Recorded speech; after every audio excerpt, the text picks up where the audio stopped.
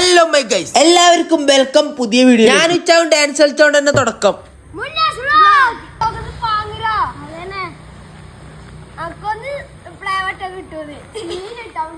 പിള്ളേർ ഊക്കിയതാണെങ്കിലും കുഴപ്പമില്ല. എവിടൊക്കെയോ ഒരു സുഖം. അങ്ങനെ എന്നത്തെ പോലെ ഷോപ്പിലേക്ക് നടക്കല്ലേ. ഷോപ്പിലെത്തിയാട് കാറെല്ലാം പുറത്തേക്ക് ഇടാനുണ്ട്. കാറോട്ടാനൊക്കെ ഭയങ്കര ഇഷ്ടമായോണ്ട് പിന്നെ പേടിക്കണ്ട, അടി വരൂല. അങ്ങനെ വണ്ടിയെല്ലാം എടുത്ത് കഴിഞ്ഞിട്ട് ഫോർച്യൂണറിന്റെ ഉള്ളിൽ ഇരുന്നിട്ട് കുറച്ച് സമയം അങ്ങോട്ടും ഇങ്ങോട്ടും നോക്കി. അപ്പൊ നമ്മളെ പീടിന്റെ അടുത്തില്ല അബ്ബാസ്റ്റ പറയുന്നത് ആടെ 60 ഉറുപ്പക്ക് ബിരിയാണി കൊടുക്കുന്നുണ്ട്. ബിരിയാണി അതും 60 ഉറുപ്പക്ക് എന്ന് പറയുമ്പോ ഞാൻ പോവാതെ ഞാൻ വിചാരിച്ചതിൽ ക്വാണ്ടിറ്റിയും ക്വാളിറ്റിയും ഉണ്ടാവില്ല. ഒരാൾക്ക് വയറ് നിറച്ചും കഴിക്കാം. ഫുഡെല്ലാം കഴിച്ചുമാന്ന് താരിഫിച്ച വിളിച്ചിട്ട് പറയുന്നത് ബസ്സിന്റെ വീഡിയോ എടുത്താൽ താരിഫിച്ചാക്കല്ലേ, അതും ബസ്സിന്റെ വീഡിയോ അല്ലേ. നിങ്ങൾ ഓരോരുത്തരുടെയും സപ്പോർട്ട് കൊണ്ടാന്നൊക്കെ ഇങ്ങനത്തെ എല്ലാം വീഡിയോ ഇടാൻ പറ്റും. അല്ല മിന്നാമിന്നിങ്ങനെ പോലെ തലോ വീഴ്ചിട്ട് നമ്മളെ വീഡിയോ